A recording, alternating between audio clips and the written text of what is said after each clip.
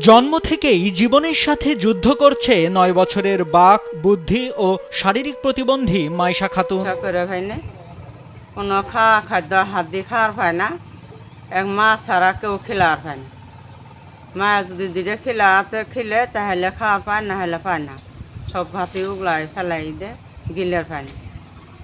যে বয়সে ৮-১০টা শিশুর মতো খেলাধুলা হাসি আনন্দ করে দিন পার করার কথা তার, সেখানে মাইশা নিশ্চুপ স্থির হয়ে বিছানায় শুয়ে বসে দিন পার করছে। নিজ পায়ে হাঁটতে পারে না, নিজ হাতে খেতে পারে না, কথাও বলতে পারে না, এমনকি খাবার চিবিয়ে খাওয়ারও সক্ষমতা নেই মাইশার। স্যান্ডেলিনা সো, রূপচর্চায় আভিজাত্য। একদলা ভাত মুখে দিলে সাথে সাথে পানির গ্লাস ধরতে হয় মুখে।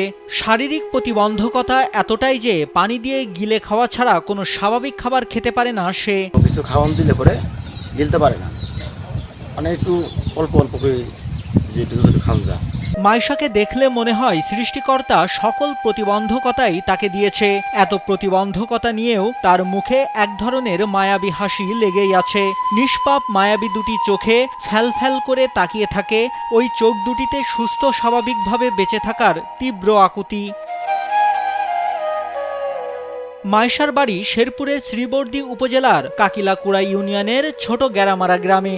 জন্মের পর থেকে তার ভ্যানচালক বাবা মোশাররফ হোসেন তার সাধ্যমতো মেয়ের চিকিৎসার চেষ্টা করেছেন, তবে উন্নত চিকিৎসার কিছুই করাতে পারেননি। কোনো টাকা পয়সা নাই, চিকিৎসা করতে পারতেছি না। সরকার যদি একটু হেল্প করে চিকিৎসা ওদের অনেক ভালো করে। ভ্যান চালিয়ে যা ইনকাম করেন তা দিয়েই ৫ সদস্যের পরিবার চালাতেই হিমশিম খান তিনি।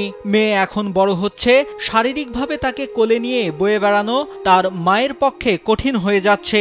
গেল ২ বছর যাবৎ একটি হুইল চেয়ার কেনার চেষ্টা করেও সামর্থ্য হয়নি তাদের। স্বামী হচ্ছে ভ্যান গাড়ি চালায়, গরিব মানুষ। আমার ছেলে আরো ২জন, খারাপ কি হয়েছে চারজন মিলে কিভাবে সংসার চালাবে। একটি হুইল চেয়ার কিনতে না পারার আকুতি মাইশার মায়ের, তাই চিকিৎসা সহায়তা চাইলেন সরকার ও বিত্তবানদের কাছে।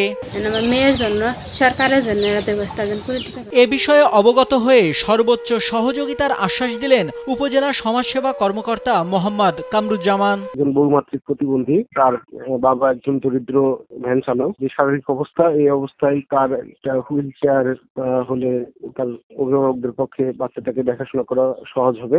সমাজসেবা অফিসের পক্ষ থেকে খুব দ্রুতই তার জন্য একটা হুইল চেয়ারের ব্যবস্থা করে দেওয়া হবে। সরকারের সহায়তায় প্রতিবন্ধী শিশুটি সুচিকিৎসা শেষে ফিরবে স্বাভাবিক জীবনে, হাতে উঠবে বই খাতা, লাঘব হবে চলাফেরার কষ্ট, এমনটাই প্রত্যাশা স্থানীয়দের। নাইমুল হাসিব, কালবেলা।